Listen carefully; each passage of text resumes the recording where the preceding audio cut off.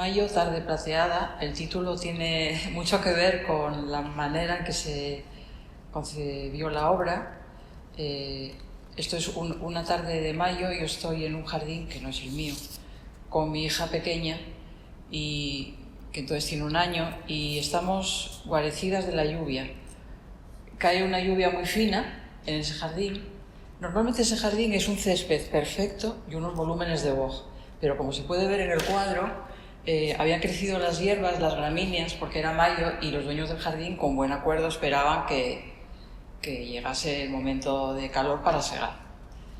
Entonces estos volúmenes me parecían flotar en un mar de gramíneas, y por otra parte el cielo estaba con nubes blancas y grises y luz que quiere salir entre las nubes grises.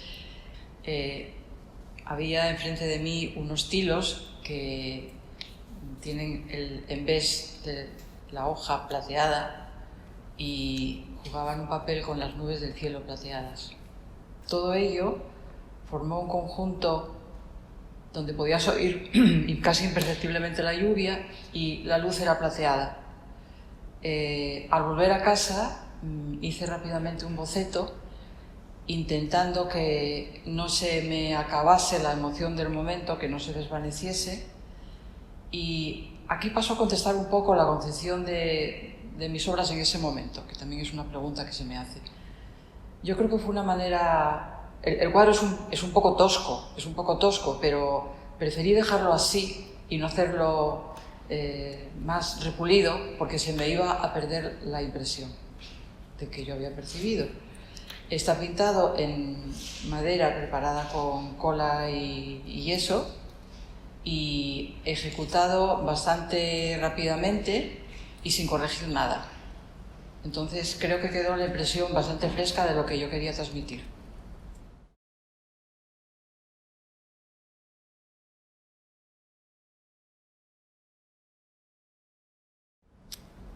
Pues esto que dice Santiago Martínez, yo creo que lo tengo que volver a hablar con él, porque me parece interesante, pero yo no lo entiendo muy bien. Eso de la poética de la evasión es un concepto para que me lo explique un poco y hablar de él.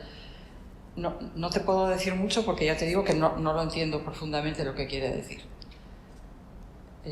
Con respecto a los demás aspectos, la abstracción que está siempre detrás de la figuración, sí, porque esto lo sé casi desde que empecé a pintar.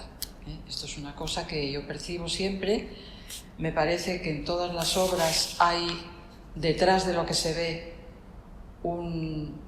una especie de andamio que no se ve, y, a ver, lo diría así: hay líneas que son visibles, cosas que son visibles, y líneas que son imperceptibles para el espectador, pero no para el artista.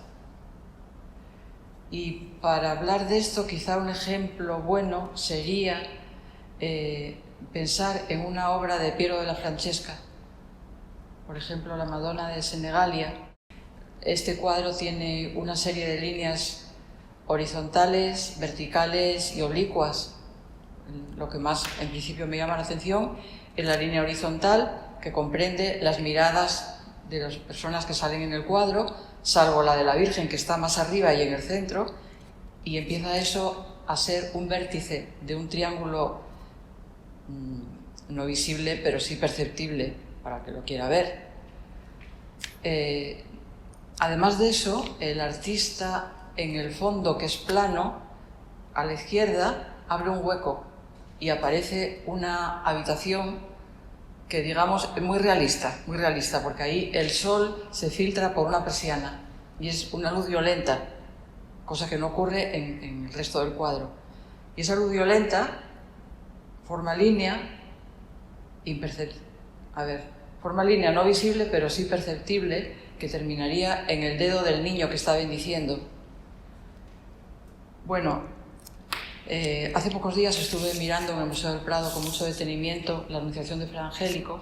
Aquí hay muchísimo de lo que digo también, O sea, empieza este cuadro, hay que empezar su lectura por la izquierda y arriba, que es la mano de Dios, que emana rayos dorados y que se meten en el segundo espacio, que es interior-exterior, y el cuadro terminaría en una pequeña celda al fondo, que a mí me parece siempre muy importante en ese cuadro, muy bonita y muy simbólica de la sencillez de la Virgen y de la sencillez y de la pobreza, digamos. Entonces, esto que estoy diciendo yo lo considero abstracto. Y yo creo que está en toda la historia del arte, está porque la colocación de las cosas para que tengan la fuerza que el artista quiere darles es fundamental y no es en cualquier sitio. Los cuadros que están bien conseguidos, y voy a pensar también en los míos bien conseguidos, que son pocos, pero bueno, los bien conseguidos las cosas tienen el tamaño y la localización que tienen que tener, no puede ser otra.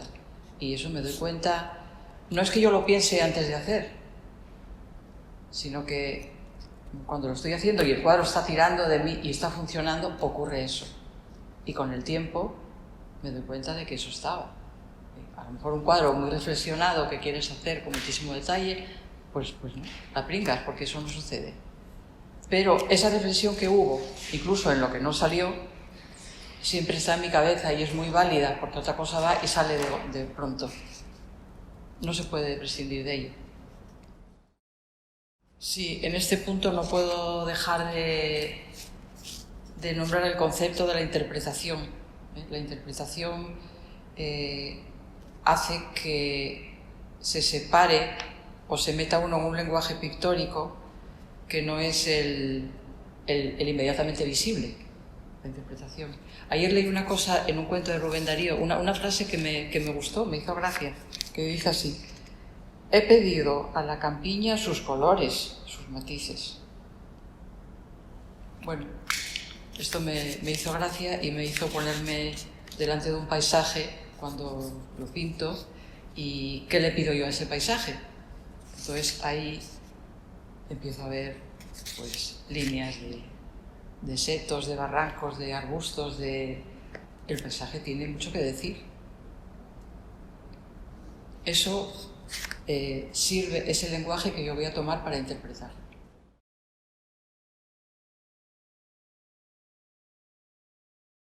Pues el tema que nos ocupa ahora, que es un jardín, es muy acertado porque los jardines son unos espacios que me interesan muchísimo desde siempre, por las razones que sea, que bueno, no vamos a entrar aquí. Y son espacios que analizo mucho, que me encuentro bien o mal en ellos, que a veces digo, uy, qué pena que esto no esté aquí o esté allá. Yo tengo que decir que, por ejemplo, los jardines públicos y pequeñas plazas de Gijón que se aprovechan, algunas me da mucha pena que no lo hayan hecho de otra manera, porque sería un sitio súper acogedor hecho de otra manera. Pero bueno, hay lo que hay, también hay cosas que están muy bien hechas, no quiero criticar toda la labor jardinística de Gijón. Pero bueno, en cuanto a lo que me preguntas, es un espacio que es como una casa, en realidad es como una casa, donde tiene que haber lugares de sol, de sombra, de silencio, de oír pájaros, en fin.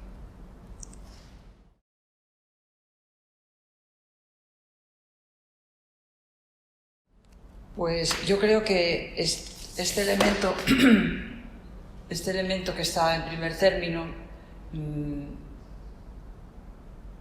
viene a decir, aquí estoy yo mirando, No me había dado cuenta ahora cuando me haces la pregunta, pero sí, tiene una importancia grande porque añade cercanía a lo pintado. Si no lo hubiese, podría ser una cosa como vista de lejos, de más lejos. Y bueno, creo que es un elemento compositivo que te decía antes que se debe a la necesidad interior mientras lo hice. En el boceto no aparece, pero luego al hacerlo en grande, la necesidad interior me hizo, no, y además esto. Sí, esto aquí, que es mi posición. Aquí estoy yo.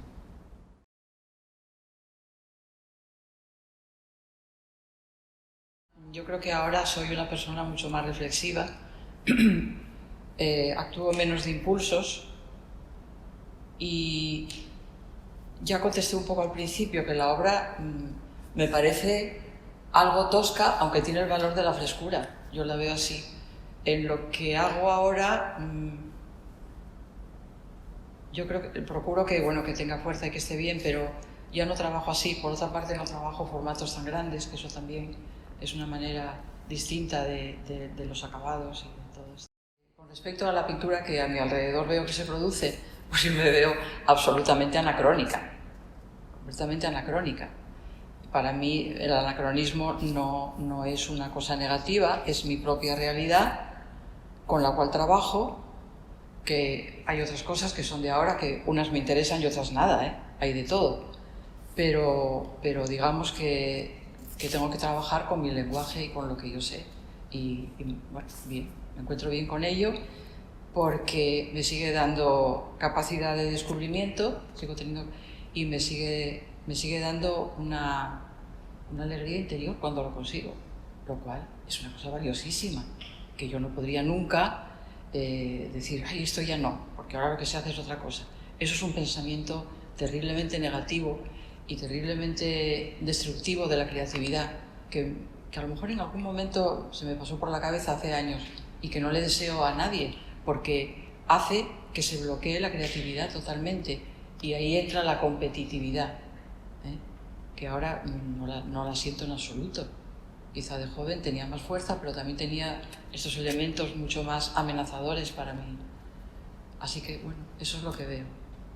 Un anacronismo, pero que me resulta muy bueno.